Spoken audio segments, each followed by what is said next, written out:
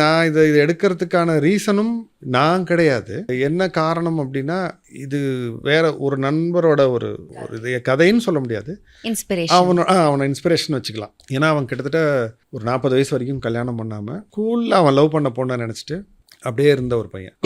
அவன் வந்து இதுக்கு வரல, எங்கள் ஸ்கூல் Reunionக்கு வரல. எனக்கு அதை கேட்கும்போது ரொம்ப சுவாரஸ்யமாக இருந்துச்சு. ஒரு பையன் இப்படி இருக்கிறது ரொம்ப ஆச்சரியமாக இருக்குது. எனக்கு அதுதான் என்ன ரொம்ப எக்ஸைட் பண்ண விஷயம். எனக்கு அது மாதிரி ஒரு சில விஷயங்கள் மேலே தான் அது மாதிரி ஒரு மாறாத ஒரு இதெல்லாம் உண்டு. நேச்சர் மேலே அது மாதிரி உண்டு, சினிமா மேலே உண்டு. பட் ஒரு மனுஷன் ஸ்கூலில் லவ் பண்ண பொண்ணு, அந்த பொண்ணுக்கு தெரியவே தெரியாது இவன் லவ் பண்ணான், இன்றைக்கு வரைக்கும் தெரியாது. அதை நாங்களே ரொம்ப அவனை டார்ச்சர் பண்ணி அவனை பிதுக்கி தான் எடுத்தோம் அந்த விஷயம். அவர்கிட்ட வெளில வர வைக்கிறதே ஒரு பெரிய டாஸ்க். தெரியாது, ஏன்னா அவன் ரொம்ப அழுத்தமான பையன். அவன் எது கேட்டாலும் ஒரு மாதிரி அப்படி சிரிக்கிற ஒரு பையன். அவன்கிட்டேருந்து அந்த விஷயத்தை வர வைக்கிறதுக்குள்ளே போதும் ஆயிடுச்சு.